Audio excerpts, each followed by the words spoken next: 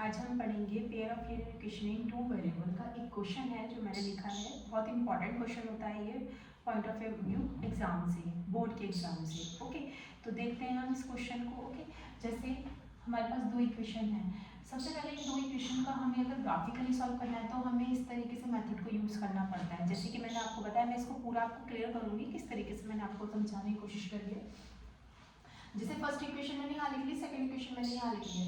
देखो आप x को 0 पुट करो, 0 इंटू 2 0, तो y आपको क्या मिल जाएगा 6 मिल जाएगा। ठीक है, अब आप y को 0 पुट कर लो, करो 0 यहाँ तो पूरा 0 बन जाएगा। 2 से 6 को डिवाइड करेंगे 3 आ जाएगा। ठीक है, सिमिलरली अगर मैं देखूँ मैं x को यहाँ पे 0 पुट करूँगी पूरा 0, तो y क्या मिलेगा मेरे को 2 मिल जाएगा। अब मैं y को 0 पुट कर दूँगी 0 हो जाएगा, तो 2 से 2 डिवाइड करेंगे माइनस का साइन है इसलिए माइनस का 1 मिल जाएगा।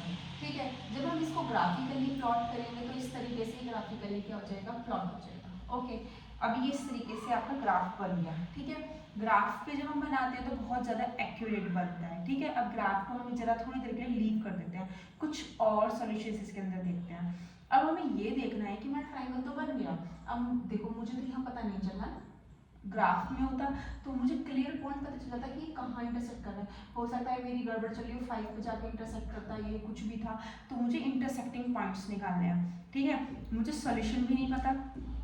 वैसे तो दिख रहा है ग्राफ से कि भाई यूनिक सॉल्यूशन है क्योंकि इंटरसेक्ट कर गया है, यूनिक सॉल्यूशन है। तो हम एक काम करते हैं, हम मैथमेटिकली इसको शो करने की कोशिश करते हैं, इसको प्रूव करने की कोशिश करते हैं कब इसका यूनिक सॉल्यूशन है कब नहीं है। ठीक है, वो सब करते हैं। ठीक है, तो हम क्या करते हैं, हमारे पास इसका एक मेथड मैंने आपको बताया था कि हम a1/a2 और b1/b2 c1/c2 चेकआउट करेंगे। ठीक है, तो a1/a2 अगर मैं कंपेयर करूँ इस इक्वेशन को, तो इक्वेशन किससे कंपेयर होगी, ये इससे कंपेयर होगी ax + by + c = 0।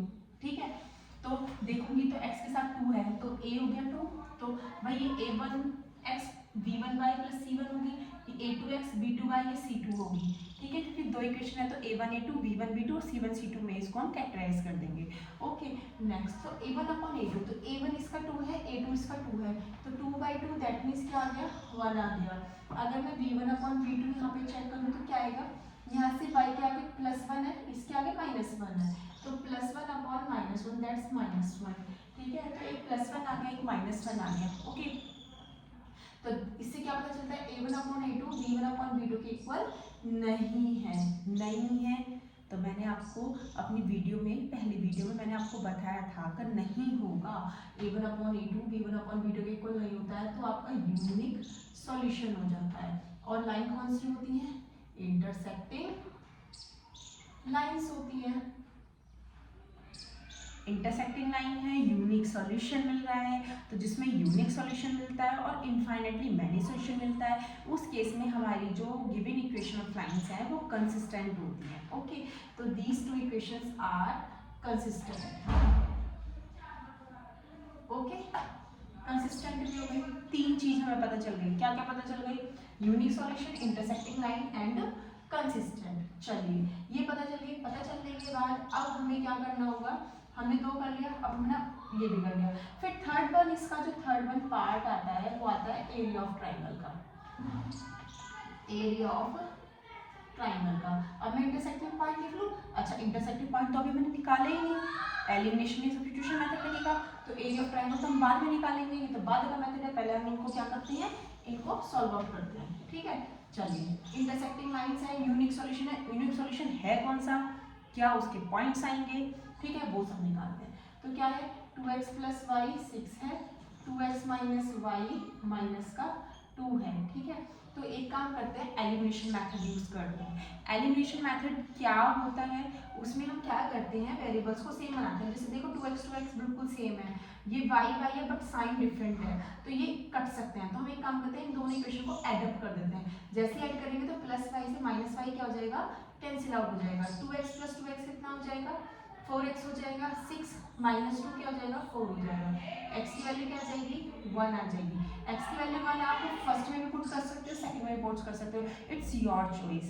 ठीक है, तो आप x की वैल्यू 1 कहीं पे भी जैसे फर्स्ट इक्वेशन पुट करते हो तो 1 2 जा 2, 2 माइनस करेंगे तो 6 - 2 4 आ जाएगा। तो इसमें दैट मीन्स y की वैल्यू हमें क्या मिल गई, 4 मिल गई।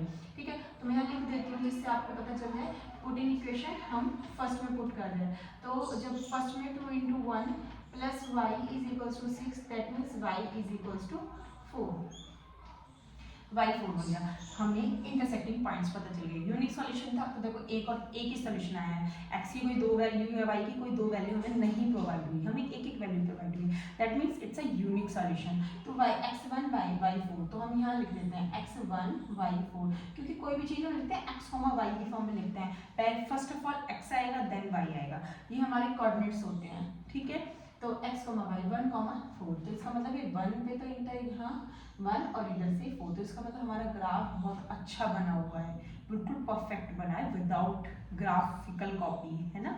तो हमारा अच्छा बना है। अब थर्ड वन क्या आता है, एरिया फाइंड आउट करने के लिए, ठीक है। यहाँ स्पेस नहीं बचा, मैं थोड़ा यहाँ कर देती हूँ, ठीक है, जिससे आपको पता चल जाएगा कि सारे पार्ट्स आप लिख सकते हो, ठीक है।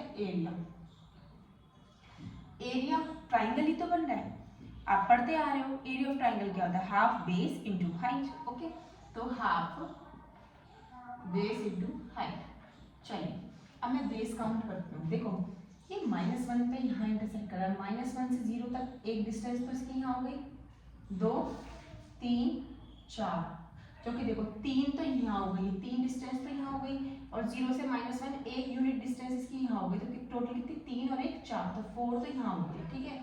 अच्छा अब मैं यहाँ से हाइट अगर देखूँ तो ये हाइट में y एक्सिस पे कहाँ कट कर रहा था, 4 पर, तो हाइट कितनी हो गई 4, तो बेस कितना हो गया था, बेस कितना था 4, हाइट भी कितनी थी 4, इसे काटेंगे तो 16/2, दैट मीन्स क्या आएगा 8 यूनिट। एरिया क्या आ गया आपका 8 यूनिट। बस ये ध्यान रखना है आपको, जब आप एरिया निकालोगे तो यूनिट जरूर लगाना, बिना यूनिट लिखे कभी भी एरिया नहीं लिखना है, स्क्वायर यूनिट या जो भी वो बोलेगा वो सब लगाना है, ठीक है। बात समझ में आई। तो क्या क्या हमने इस क्वेश्चन में करा, मैं फिर से समराइज करा देती हूँ आप लोगों को। सबसे पहले आपको इक्वेशन गिवन देगा, इक्वेशन से सबसे पहले आप ये चेक कर लेना, ठीक है, यूनिक सॉल्यूशन इंटरसेक्टिंग लाइन और कंसिस्टेंट है कि नहीं, ये सब चेक कर लेना, ठीक है। उसे चेक करके ना आपको एक आइडिया लग जाता है। यूनिक सॉल्यूशन अगर होगा तो एक ही वैल्यू निकलेगी, x और y की 1 1, जैसे 1,4 निकली थी। इनफाइनाइटली मैनी सॉल्यूशन होंगे तो आप नहीं सॉल्व कर पाओगे, क्योंकि इनफाइनाइटली में x और y की वैल्यू कैसे सॉल्व, तो फिर ये मेथड हम नहीं लगाएंगे उस टाइम पर, जब अगर इनफाइनाइटली मैंने सॉल्यूशन आया तो। यूनिक सॉल्यूशन के केस में भी हम सॉल्व आउट नहीं कर पाते हैं ये मैथमेटिकली, सिर्फ एक यूनिक सॉल्यूशन में ही हम इस मेथड को एलिमिनेशन या सब्स्टिट्यूशन मेथड को हम अप्लाई करते हैं। बात समझ में। फिर क्या करना है, यूनिक सॉल्यूशन मिलेगा तो आप एलिमिनेशन या सब्स्टिट्यूशन मेथड आप लगा सकते हैं। लगाने के बाद फिर आता है आपकी प्लॉटिंग, फिर आपको वो बोलेगा कि ग्राफिकली इसको प्लॉट करो, तो ग्राफिकली हमें इस तरीके से बॉक्सेस बनाने होंगे डिफरेंट इक्वेशंस के, देन उसको ग्राफ पे प्लॉट करना होगा, और प्लॉटिंग करने के बाद आपको बोलेगा, देन लास्ट पार्ट आपको बोलेगा find the area of this figure, area of this triangle form by the वो, अच्छा फॉर्म बाय दी वो एक्स एक्सिस भी बोल सकता है, वाई एक्सिस भी बोल सकता है। तो इस तरीके से 2 क्वेश्चंस बन जाते हैं, ठीक है।